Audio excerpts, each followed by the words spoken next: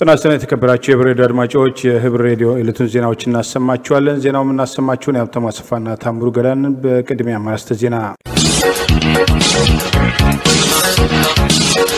እየሸሸ ያለው የህወሓት ጦር በማይካድራ ንጹሃንን መጨፍጨፉ በተለያዩ ግንባሮች ውጊያው መቀጠሉ ሱዳን ውስጥ የጠፋው የህወሓት ጄኔራል መንግስት ለድርድር ቅድመ ሁኔታ ማስቀመጡና ሌሎችም ዜናዎች ያሉን ዝርዝሩን ነው።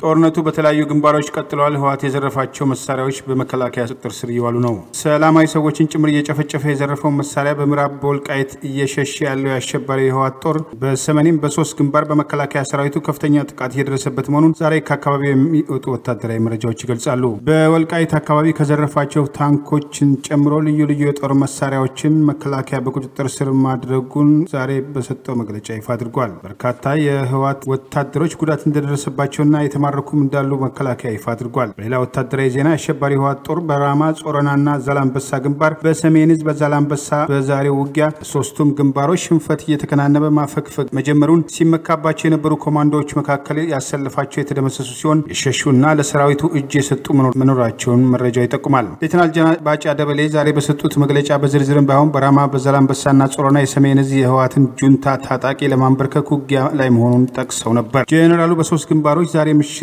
ወይም ነገ ድል ተሰማላችሁ ሲሉ ህወሓት እየተጠቃ መሆኑን ፍንጭ ሰጥተው የነበረ ዛሬም አየር ኃይል በተመረጡ የህወሓት የመሳሪያና የስንቅ ክምችት ላይ ጥቃት ሲፈጽም መዋሉ ተመልክቷል። ህወሓት ሲፎክርበት የነበረው ሚሳኤል ዛሬም ድረስ በቁጥጥሩ ስር ያለ ቢሆንም ያላንዳች ችግር አየር ኃይል ጥቃቱን ሰንዝሮ መመለሱ ታውቋል። የመከላከያ ሰራዊቱ በቀጣዮቹ 2 እና 3 ቀናት ብዙዎቹ የህወሓት መሪዎች የተወለዱባት የአድዋ ከተማን ጨምሮ ሌሎችንም ለመቆጣጠር እየገሰገሰ መሆኑ ተመልክቷል። የአክሱም ውጊያ ዛሬም የቀጠለ ሲሆን ህወሓት ተጨማሪ ታጣቂዎችን ይዞ ቢሰለፍም በምዕራብ ግንባር በወልቃይት እንደተደረገው በአክሱም የህወሓትን ምሽግ ሰብሮ ለማለፍ መከላከያ ጠንካራ ያጸፋ ውጊያ እያካሄደ መሆኑን መረጃው ይጠቅሳል። የኢትዮጵያ አየር ኃይል ህወሓት ለጦርነቱ ያዘጋጃቸው የነዳጅ ክምችት ዲፖዎች የተወሰኑት መውደምና የትም አቅጣጫ ወደ ትግራይ ነዳጅ እየገባ ባለመሆኑ በአሁኑ ወቅት የነዳጅ ዋጋ በጥቁር ገበያ እስከ መሸጥ የደረሰና ከፍተኛ እጥረት በትግራይ ተከስቷል። ህወሓት ባንክ መዝረፉን ተከትሎ የተዘጉት ባንኮች ባዶ ባንኮች ቢሆኑም ህዝቡ ጫና እንዲፈጥር ውስጡን እየቀሰቀሰ መሆኑ ተመልክቷል። የህወሓት መሪዎች መቀሌን ጥለው መውጣታቸው የታወቀ ሲሆን በትግራይ ከተሞች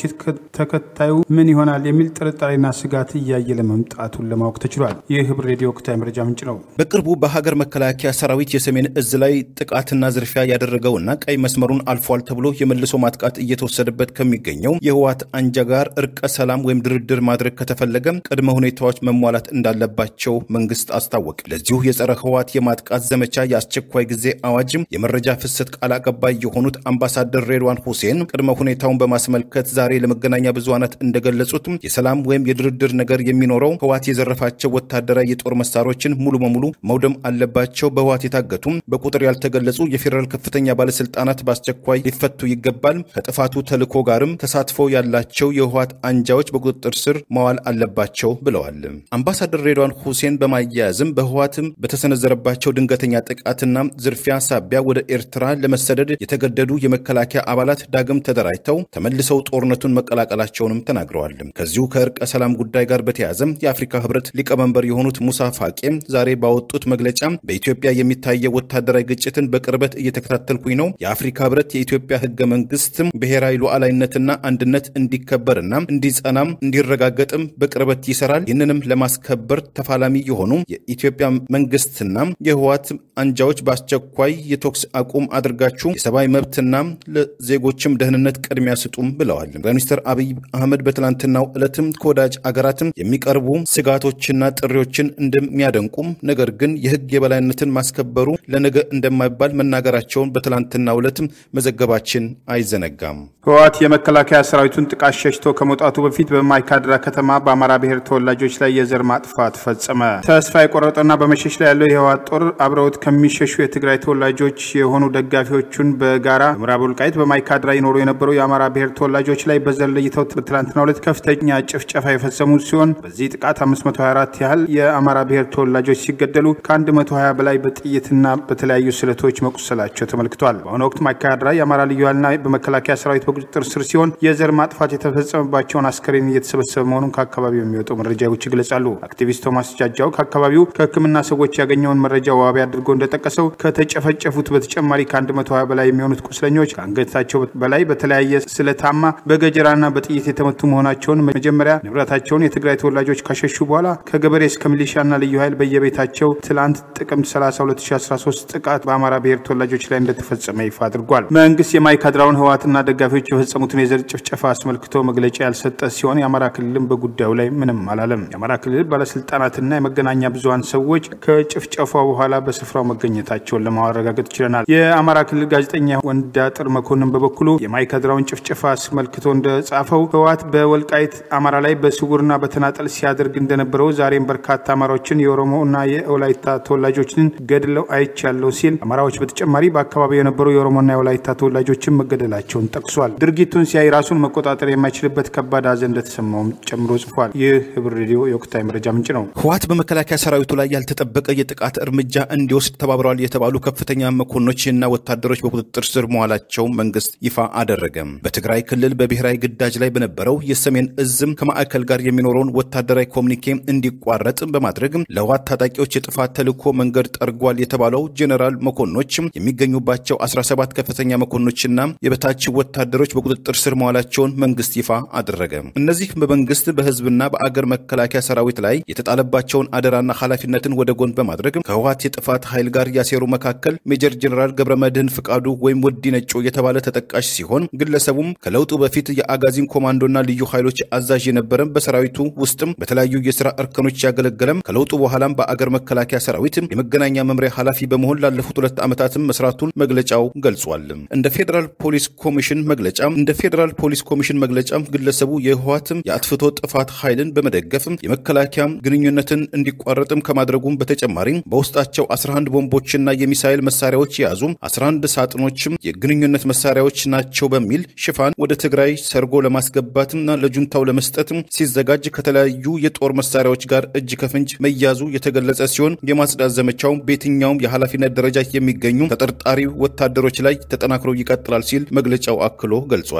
የብራዲዮ የውስጥ አዋቂ ምንጮቹን ተከትሎም ከ2 ቀናት በፊት ወዲ ነጮን ጨምሮ የተለያዩ ተጠርጣሪዎች በቁጥጥር ስር መዋላቸውንና ለምርመራም ወደ መሃል አገር መላካቸውን መግለጹ አይዘነጋም። እንደዚህ አይነቱ የወታደራዊና የአገር ክህደት ከፍተኛ እስራት እስከ ሞት እንደሚያበቃም የወታደራዊ ባለሙያዎች በመግለጽ ላይ ይገኛሉ። ህወሓት የትግራይ ተወላጆችን ከራያ ባንክ ዘርፎ ብር እየሰጠ መሆኑ ተገለጸ። ወደ ትግራይም እያሸሽ ነው። የትግራይ ነጻ አውጪ ግንባር ትነግ ህወሓት በጉልበት ላለፉት 30 ዓመታት ከያዘው ራያ አላማጣ ዛሬ ተጨማሪ ባንክ ዘርፎ በደደቢት ማይክሮ ፋይናንስ ስም ለትግራይ ተወላጆች እያከፋፈለ ሲሆን ብዙዎቹ ዕቃቸውን እየያዙ ወደ ትግራይ እየሄዱ ሲሆን ይህን ተከትሎ የራያ ህዝብ እኛን ነጥለው ሊያጠቁን ይችላሉ የሚል ስጋት ላይ መውደቁን የራያ ማንነት አስመላሽ ኮሚቴ ያወጣው መረጃ ገለጸ። ህወሓት ከራያ አላማጣ ትራንስፖርት አዘጋጅቶ የትግራይ ተወላጆችን ማውጣት የጀመረው ትላንት በአየር ኃይል በዝክረ መለስ ትምህርት ቤት ያከማቸው የጦር መሳሪያና የስንቅ ክምችት ከወደመ ማግስት ሲሆን የትግራይ ልዩ ኃይሎች የራያ ተወላጅ የሆኑ ሚሊሻዎችና ልዩ ኃይሎችን ጭምር እያፈኑ መውሰድ መጀመራቸውን ከማንነት አስመላሽ ኮሚቴ የወጣው መረጃ ይገልጻል። ኢትዮጵያ ብሔራዊ ባንክ ህወሓት የሰሜን እዝ ላይ የሰነዘረውን ጥቃት ተከትሎ ጦርነት ከተጀመረ በኋላ በትግራይ ያሉ ባንኮችን መዝረፍ መጀመሩን በማስታወቅ በክልሉ የሚገኙ 616 ባንኮችን ተዘግተው እንዲቆዩ የሰጠውን ውሳኔ ቢኖርም ህወሓት ግን ባንኮቹን መዝረፍ መቀጠሉን በዛሬው ዕለት የራያ ባንክ ዝርፊያ ያሳያል ተብሏል። የራያ ህዝብ ህወሓት ራሱ ጥቃት አድርሶ መንግስት በንጹሃን ላይ ያነጣጠረ ጦርነት ነው የከፈተው ለማለት ሊጨርሳቸው ይችላል በሚል ህዝቡ መንግስት እንዲደርስለት ጥሪ ያቀረበ መሆኑን ይሄው የራያ ማንነት አስመላሽ ኮሚቴ መረጃ ይገልጻል። ይህ ህብር ሬዲዮ ወቅታዊ መረጃ ምንጭ ነው። ህወሓት በትግራይ ክልል በድንበር ጥበቃ ላይ ተሰማርቶ በነበረው የኢትዮጵያ መከላከያ ሰራዊት ላይ በቅርቡ በከፈተው ጥቃትና ዝርፊያን ተከትሎ የፌደራል መንግስቱ የጀመረውን የጸረ ህወሓት ዘመቻና የህግ የበላይነትን የማስከበር ኦፕሬሽን እንዲቆምና ድርድር እንዲጀመር የሚወተውቱ የተለያዩ ዓለም አቀፍ ጫናዎችን በተመለከተ የሶማሊያ ክልል ፕሬዝዳንት ሙስጠፌ ኡማር አቋማቸውን ገለጹ። ሙስጠፌ መሐመድ ኡማር ከአልጀዚራ ቴሌቪዥን ጋር በወቅታዊ የኢትዮጵያ ጉዳይ በተለይ በህወሓትና በፌደራል መንግስቱ መካከል እርቀ ሰላም ወይም ድርድር ይካሄድ ስለሚለው ጫናም ሲመልሱ ጠቅላይ ሚኒስትር አብይ አህመድ ህወሓትን ላለፉት 2 ዓመታት ተኩል ከሚገባው በላይ አስታመውታል። ለሰላም ሲባል የአገር ሽማግሌዎችን ቢላክም የህወሓት ጁንታ ግን አሻፍረኝ በማለቱ ከዚህ ደረጃ ላይ ተደርሷል። ሌላው ቀርቶ የኢትዮጵያ አካል በሆነችው ትግራይ ክልል የሚገኘው የህወሓት ጁንታ ከተነካው 700 ኪሎ ሜትር የሚወናጨፍ አዲስ አበባን ጨምሮ የኢትዮጵያ ከተሞችን ሊያጠፋ የሚችል ሚሳኤልን አለኝ እስከ ማለት ተደርሷል ያሉት ሙስጠፌ ለመሆኑ በየት ዓለም ነው አንድ ቡድን እንደዚህ አይነት ማስፈራራትም እንዲያቀርብ የሚፈቀድለት? ህወሓት ከድርድር የጦርነትን መንገድ መርጧል። አሁን የተያዘው ጩኸትም የከንፈር መጠጣም ይመስላል። በመሆኑም ከተጀመረው ህግን የማስከበር ማስከበር አገሪቱንም በጽናት እንድትቆም የማድረግ ጥረት እና ዘመቻ ውጪ አማራጭ የለውም። ድርድር መጠየቁ ባይከፋም ለጠፋው ጥፋት ተመጣጣኝ ስለማይሆን ወደ ኋላ አንልም ብለዋል። በቀጣይነት ምን መደረግ አለበት ለሚለው ጥያቄ ሌላኛው የአልጀዚራ እንግዳ የሆኑት በአዲስ አበባ ዩኒቨርሲቲ የህግ ፋክልቲ ረዳት ፕሮፌሰር የሆኑት መሰንበት አሰፋ ድርድር ማድረግ በጽንሰ ሐሳብ ደረጃ ክፋት የለውም፣ ነገር ግን ዓለም አቀፉ ማህበረሰብ ላለፉት 30 ዓመታት ከአልቤኒያ ሶሻሊዝም ርዮት ያበደውን ሊለወጥ የማይችለውን የህወሓት ቡድንን ጠንቅቀው ያወቁት አይመስሉኝም ብለዋል። ወንድማቸው ከህወሓት ጎን ላለፉት 17 ዓመታት መታገላቸውን ያወሱት ረዳት ፕሮፌሰር መሰንበት በእንደዚህ በሙስናና በዘረኝነት የተጨማለቀ ፓርቲ ህወሓት ጋር ለመደራደር ከተፈለገ ቀደም ሲል የፍርድ ቤት ማዘዣ የቀረበባቸውና በመንግስት የሚፈለጉትን የቀድሞ የደህንነቱ ሹም እነጌታቸው አሰፋም ለፍርድ በቅድሚያ ሊቀርቡ ይገባል ሲሉ አስተያየታቸውን ሰንዝረዋል። አብን መንግስት ተጨማሪ የዘር ማጥፋት ወንጀል በህወሓት እንዳይፈጸም ጥንቃቄ እንዲያደርግ ጥሪ ያቀረበ፣ ፓርላማው የዘር ጭፍጨፋዎችን የሚያጣራ ገለልተኛ ኮሚሽን ያቋቁማል። የአማራ ብሔራዊ ንቅናቄ አብን ዛሬም እንደ ትላንቱ አሸባሪው ትህነግ ቡድን በሰላማዊ ዜጎች ላይ የዘር ማጥፋት ወንጀል ፈጽሟል በማለት በማይካድራ የተፈጸመውን የዘር ጭፍጨፋ አስመልክቶ ባወጣው መግለጫ መንግስት በሌሎችም አካባቢዎች ህወሓት ተመሳሳይ ድርጊት ሊፈጽም ስለሚችል ጥንቃቄ እንዲደረግ ሲል ጥሪ ያቀረበ። አብን በዚሁ መግለጫ አሸባሪው የትህነግ ቡድን ለአንዴና ለመጨረሻ ጊዜ ለመደምሰስ እየተደረገ ባለው ተጋድሎ የጀግናው መከላከያ ሰራዊት፣ የአማራ ልዩ ኃይልና እንዲሁም የአማራ ሚሊሻና ፋኖ እያደረጉት ባለው የማጥቃት እርምጃ እግሬ አውጪኝ ብሎ እየፈረጠጠ ነው ሲል የገለጸ ሲሆን ትህነግ በማያቋርጥ ሽሽትና ሽንፈት ውስጥ እንኳን ሆኖ ፊት ለፊት ሊገጥመው ያልቻለውን ህዝብ ወገን ናቸው የሚላቸውን አማሮች በመለየት የዘር ፍጅት እየፈጸመ ይገኛል ሲል ገልጿል። በማይካድራ ከተማና አካባቢው በነበረው የትህነግ ጦር ላይ በተከፈተው መጠነ ሰፊ ጥቃት ምክንያት ሸሽቶ የፈረጠጠው የትህነግ ጦር ከተማዋን ከመልቀቁ በፊት ንጹሃን ሰላማዊ ዜጎችን በአማራ ማንነታቸው ላይ ለይቶ የዘር ማጥፋት ወንጀል እንደፈጸመባቸው ተረጋግጧል ሲል አብን በመግለጫው ጠቅሷል። የትህነግ ጦር የአካባቢውን አማራ ህጻናትና እናቶች ሳይቀሩ ገጀራ፣ የተለያዩ ስለት ያላቸውን ማነቂያ ገመድ በመጠቀም ጭምር በጅምላ ጨፍጭፎ ከቦታው ለቆ መውጣቱን የጠቀሰው አብን በርካታ አስክሬኖችን በትራክተር ለማጓጓዝ ሙከራ እያደረገ ባለበት ሁኔታ የመከላከያ ሰራዊትና የአማራ ልዩ ኃይል ስለደረሱበት አስክሬኖቹን በየቦታውና በየቱቦው ጥሎ ሸሽቷል ሲል ጠቅሷል። አሁን የትህነግ ኃይል በተቃራኒ ጎራ በጦርነት የተሰለፈ ጠላት ብቻ ሳይሆን በዓለም አቀፍ የጦር ህግጋት ፍጹም የማይገዛ ጸረ ሰው ኃይል ነው ያለው አብን በመንግስት በኩል በትህነግ ኃይል ላይ የተከፈተውን ሀገራዊ ጦርነት በፍጥነትና በተሟላ ስኬት ለማጠናቀቅ ከሚደረገው የማጥቃት ስራ ጎን ለጎን በጁንታው ኃይል ታግተው የሚገኙ ንጹሃን መታደግ ይገባል ሲል ጠቅሷል። በተጨማሪም በዚህ በትህነግ ኃይል የተፈጸሙ ያሉትን በአጠቃላይ በሰብና ላይ የሚፈጸሙ ወንጀሎችን በልዩ ሁኔታ ደግሞ በአማራ ህዝብ ላይ የሚፈጸሙትን የዘር ማጥፋት ወንጀሎችን በተመለከተ የተጠናከሩ ማስረጃ የማሰባሰብ ስራዎች በፍጥነት እንዲካሄድ አብን የጠየቀ ሲሆን በጦርነት መካከል በትህነግ ኃይል እየተፈጸሙ ያሉትን ጭምር በማሰናዳት በአጠቃላይ በዚህ ኃይልና በግብረ አበሮቹ ሲፈጸሙ የቆዩትን የዘር ማጥፋት ወንጀሎችን የሚያጣራ ገለልተኛ ኮሚሽን ፓርላማውም እንዲያቋቁም ሲል ጥሪ አቅርቧል። ይህ ህብር ሬዲዮ የወቅታዊ መረጃ ምንጭ ነው። በቅርቡ በኢትዮጵያ ፌዴራላዊ መንግስትና በህወሓት መካከል በተፈጠረው ወታደራዊ ግጭት ዙሪያ ከፌዴራል መንግስቱ ጎን ተሰልፎ ለትግራይ ክልል ስጋት እየፈጠረ ነው የሚል ወቀሳ የቀረበበት የኤርትራ መንግስት ምላሹን ሰጠ። ውጥረቱን በተመለከተ በእንግሊዝ የሁሉም ፓርላማ አባላት ፓርቲዎች ጥምረት የሆነው ኤፒፒጂ አባል የሆኑት ኬቲ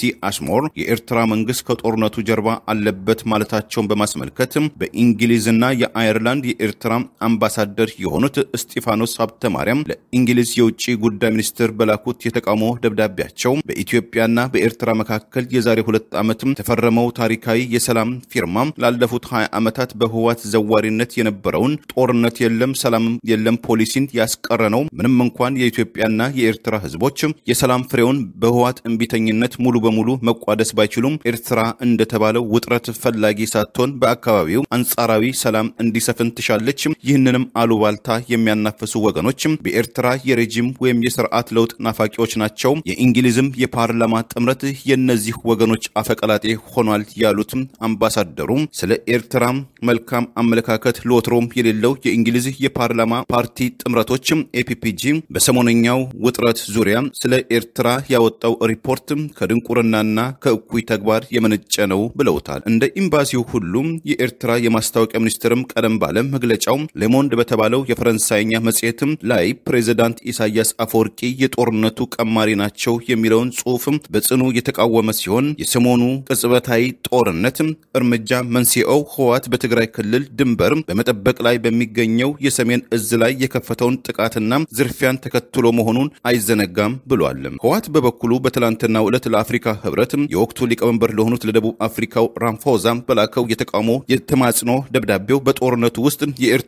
እጆች አሉበት ማለቱን በትላንትናው ዘገባችን መሆናችን መግለጻችን አይዘነጋም። በሱዳን ኤምባሲ ሰራ የነበረው የህወሓት ጄኔራል መሰወሩ ተገለጸ። የኦነግ ሸኔ አደራጅ እንደነበር ይገልጻል። መንግስት ከፍተኛ ስህተት የታየበትና ህወሓት ጦርነቱን እስኪጀምር በሱዳን የኢትዮጵያ ኤምባሲ ወታደራዊ አታሼ የነበረው ብርጋዴር ጄኔራል ግደይ ኃይሌ ወይም ስኳሬ ከውጭ ጉዳይ ከስልጣኑ ለማንሳት አዲስ አበባ ሲጠራ በኤምባሲው ሽኝት የተደረገለት ቢሆንም እሱ ግን ሱዳን ጁባ ውስጥ መሸሹን ከአካባቢው የሚወጡ መረጃዎች ይገልጻሉ። ሱዳን ለህወሓት ስትራቴጂክ ቦታ መሆኑ እየታወቀ በቀጥታ ከሱዳን የደህንነት ሰዎች ጋር በሚያገናኘው በዚህ ስልጣን ብርጋዴር ጄኔራል ስኳሬ ወይም ግደይ ኃይሌ ከስልጣን እንዲነሳ አስቀድሞ ለውጭ ጉዳይ ሚኒስቴር አቤቱታ ይቀርብ እንደነበረና መንግስት ተግባራዊ ሳያደርግ መቆየቱ እነዚሁ ምንጮች ጨምረው ገልጸዋል። የኦነግ ሸኔን አባላት በሱዳን ከሚያደራጅና ከሚያሰለጥኑ ሁኔታዎችን ከሚያመቻቹ ግንባር ቀደም የሆነው ይሄው ጄኔራል ግደይ ኃይሌ ወይም ስኳሬ ትልቅ ሚና እንደነበረው የጠቀሱት የመረጃ ምንጮች የመንግስት ጥሪ ያሻፈረኝ ማለት አሁን ሱዳን ጁባ ውስጥ ዲፕሎማቲክ ስልጣኑም ተነስቶ እንደሚገኝ የኢትዮጵያ መንግስት ከሱዳን መንግስት ጋር ተነጋግሮ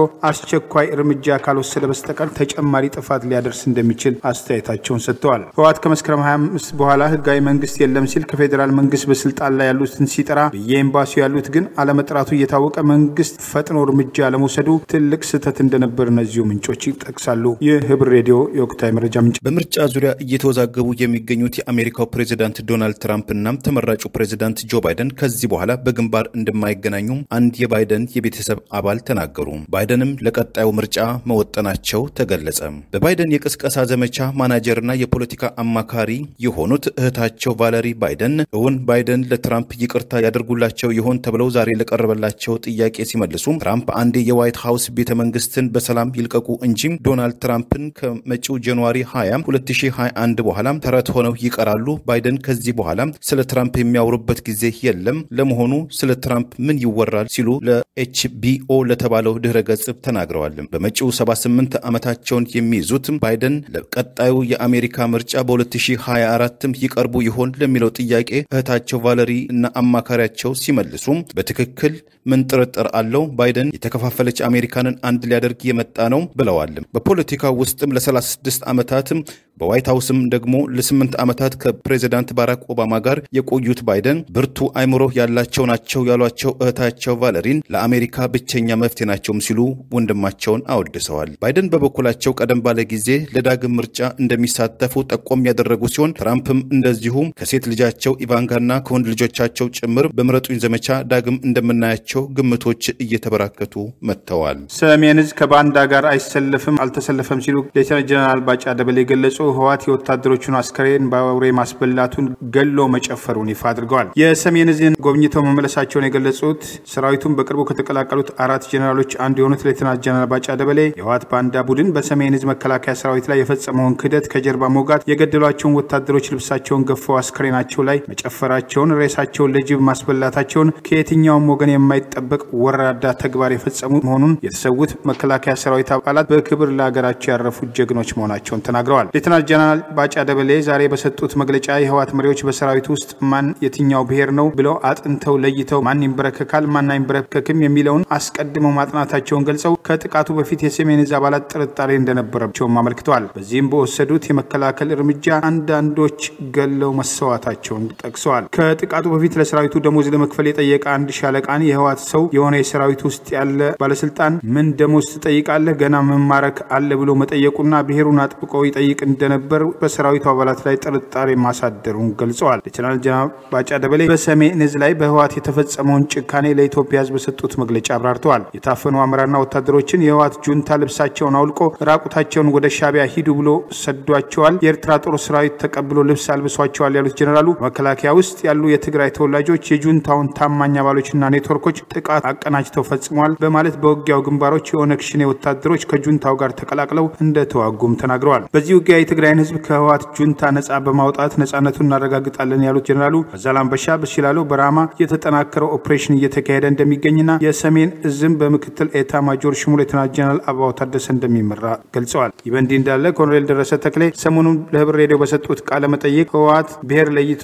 በመከላከያ ሰራዊቱ ላይ ድንገተኛ ጥቃት መሰንዘሩን ገልጸው እንደነበር ይታወሳል። ይህ ህብር ሬዲዮ ወቅታዊ መረጃ ምንጭ ነው። ዜናውን ስታደምጡ ለቆያችሁ አድማጮቻችን የአክብሮት ምስጋናችን ይድረሳችሁ። የዩቲዩብ ቻናል ቻናላችንን ህብር ሬዲዮ ኦፊሻል ሰብስክራይብ ያላደረጋችሁ ሰብስክራይብ በማድረግ በተጨማሪም የደውል ምልክቱን በመጫን የህብር ሬዲዮ ቤተሰብ እንድትሆኑ በአክብሮት እንጋብዛለን። ዜናውን ስናስደምጣችሁ የቆየነውን ያውታው ማስፋና ታምቡር ገዳንን ቸር ቆይ